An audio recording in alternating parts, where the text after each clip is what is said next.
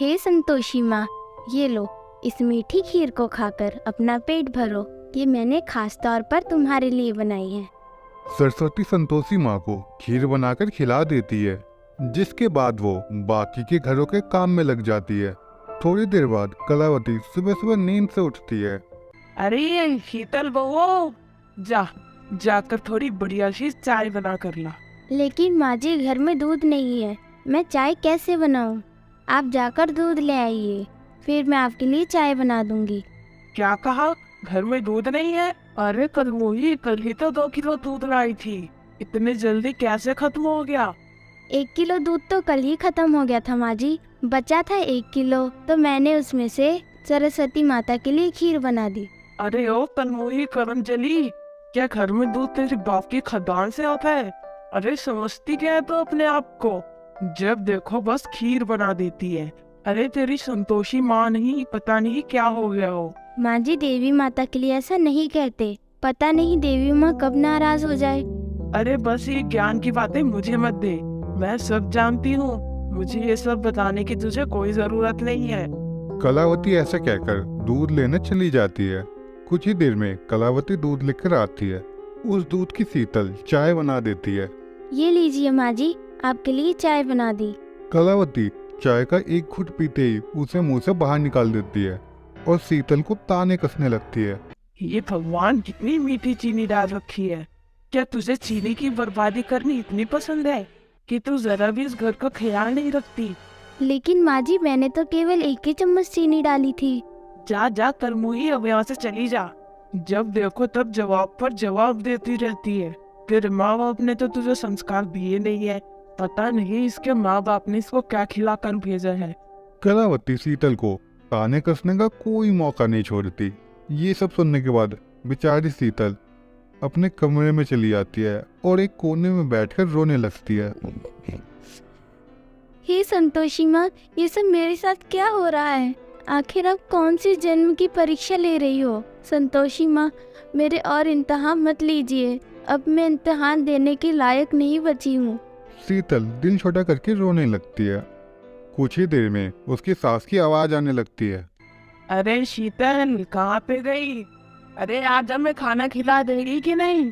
आई माँ जी, अभी आकर आपके लिए खाना बनाती हूँ। शीतल खाना बनाने के लिए रसोई में आ जाती है, जिसके बाद वो अपनी सास, अपने पति और अपने ससुर के लिए खाना बनाने लगती है। आइए, खाना खा लीजिए। शीतल के कहने पे सभी लोग नाश्ते के टेबल पे खाना खाने लगते हैं। तभी शीतल की सास उसकी शिकायत रंजीत से करती है। अरे बेटा, हम तो पहले से इतने गरीब हैं, और ये तेरी संस्कारी बहू जब देखो तब उस पत्थर की मूर्ति को खीर खिलाती रहती है। इस प्रकार हमारा घर कैसे चलेगा? सरस्वती, ये सब क्या सुन रहे हो मैं अपनी माँ के मुंह से? देखो, हम कोई अमीर लोग नहीं हैं, तुम जानती हो ये बात। जैसे तैसे करके हम घर का गुजारा कर रहे हैं, और तुम हो कि रोजाना दूध की खीर बनाकर अपनी संतोषी माँ को खिला रही हो। जब मेरा इस दुनिया में कोई नहीं था, तो मुझे बस संतोषी माँ ने ही समझा था। वो मेरी माँ जैसी है, वो मेरे साथ हमेशा रहती है और हमेशा मेरा ख्याल भी रखती है। उनके अलावा मेरा इस दुनिया में है ही कौन? मेरी माँ को खीर पसंद है, इसलिए मैं उन्हें खीर बनाकर खिलाती हूँ। अगर इतनी ही अच्छी है तेरी संतोषी माँ, तो आज तक तुझे कोई संतान क्यों नहीं हुई? पूरे 5 साल से तू बांझ की बांझ है। मैं तरस गई हूँ अपने पोते का मुंह देखने के लिए। एक औलाद को पैदा नहीं कर पाई।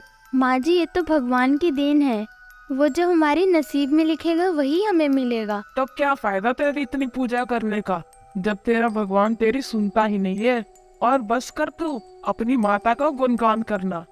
कलावती अपने कमरे में जाती है और अपने मन में बोलती है, क्या करूं मैं शीतल का? अब तक तो कोई और लड़की होती, वो तो बच्चे की रेल लगा देती, और अभी तक ही माँ नहीं बनी। इसे तो घर से अब निकालना ही पड़ेगा। कलावती कई दिनों से कोई ना कोई मौका ढूंढ ही रही थी। ऐसे ही कुछ दिनों बाद उसे एक ऐसा मौका मिल ही जाता है। अरे बहू, ये क्या है? ये रिपोर्ट तेरी है, इसमें साफ साफ लिखा है कि तू किसी संतान को जन्म नहीं दे सकती।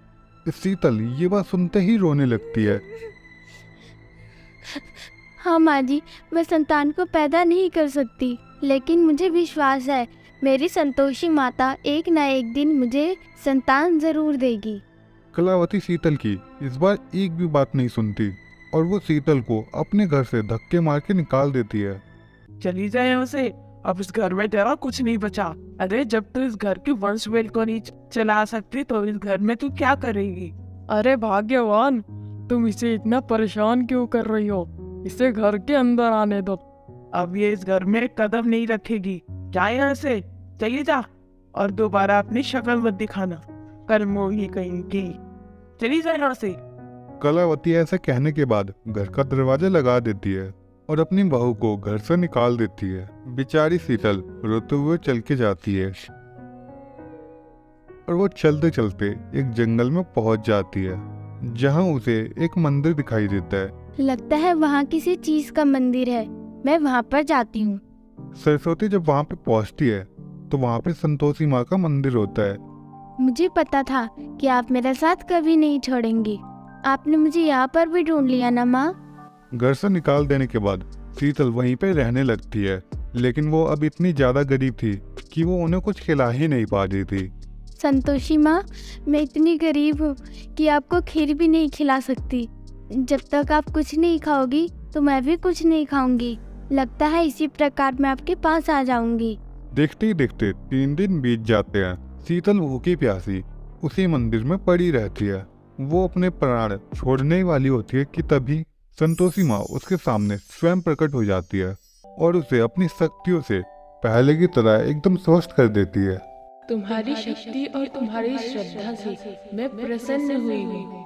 आज के बाद तुम क्या, तुम्हारे आसपास के लोग कभी भूखे नहीं रहेंगे।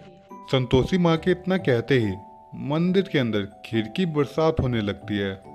अरे ये क्या, यहाँ पर तो खीर की बरसात हो रही है। और मैं तुम्हें ये जादुई लहंगा दे रही हूँ। जब भी तुम इस लहंगे को पहन के इस मंदिर में आओगी और बोलोगी खीर, तो फिर तुम्हारे सामने खीर की बरसात होगी। इतना कहकर संतोषी माँ वहाँ से गायब हो जाती है और शीतल उस खीर को खा के अपना पेट भरती है और वो गरीबों को भी खीर बांटती है, जिसकी वजह से बहुत सारे लोग उसे दुआएं देते हैं। बेटा, तुमने मेरा पेट भरा है, तुम हमेशा खुश रहोगी, मैं ये भगवान से दुआ करती हूँ।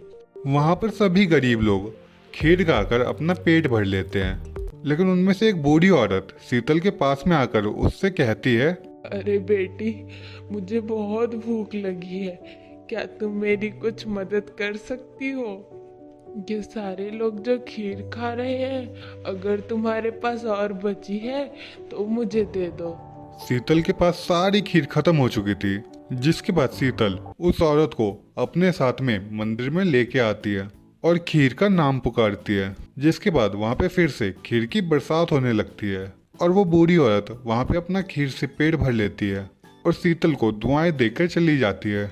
और शीतल को इस काम में मजे आने लगते हैं और वो गरीबों को इसी तरह रोज खीर खिलाने लगती है और उसी मंदिर में रहने लगती है।